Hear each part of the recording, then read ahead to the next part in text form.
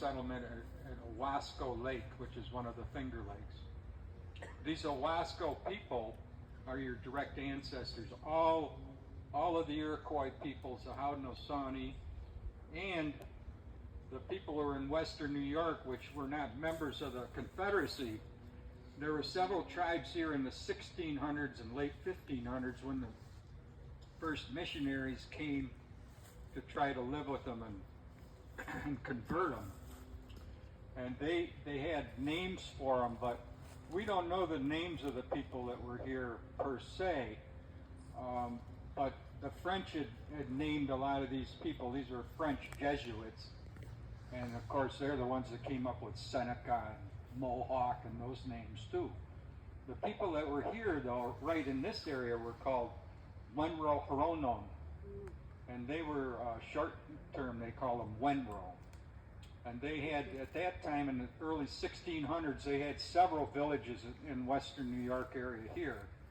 And then there were others towards Buffalo that they called the Erie. And they had others that they called the Cat Nation, Tobacco Nation.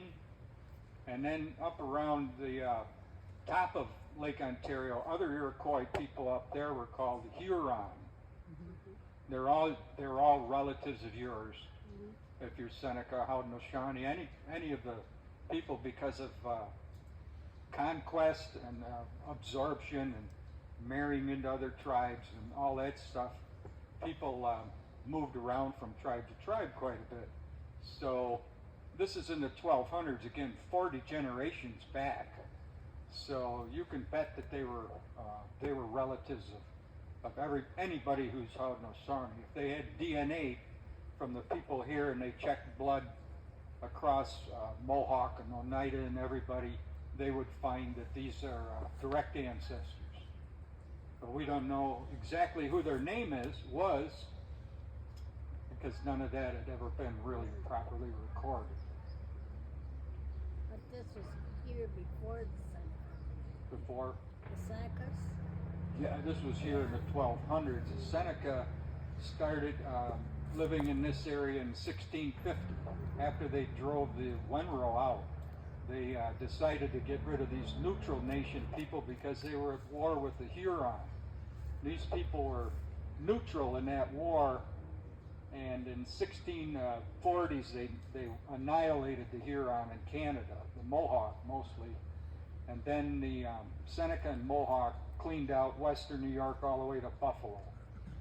And after 1650, Seneca people lived in western New York, but they didn't live here, right here in Oakfield again. The last settlement here was in the 1250s that we know of.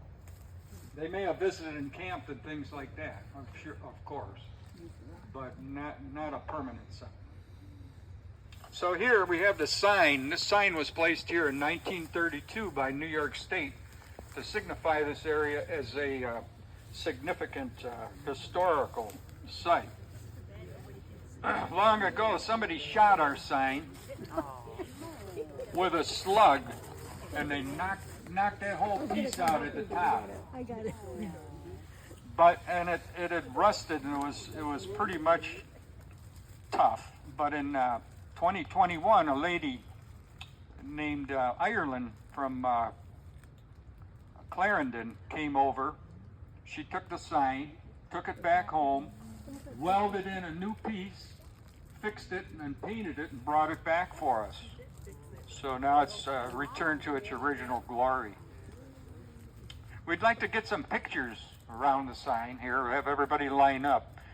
But this will conclude our tour of the fort area itself.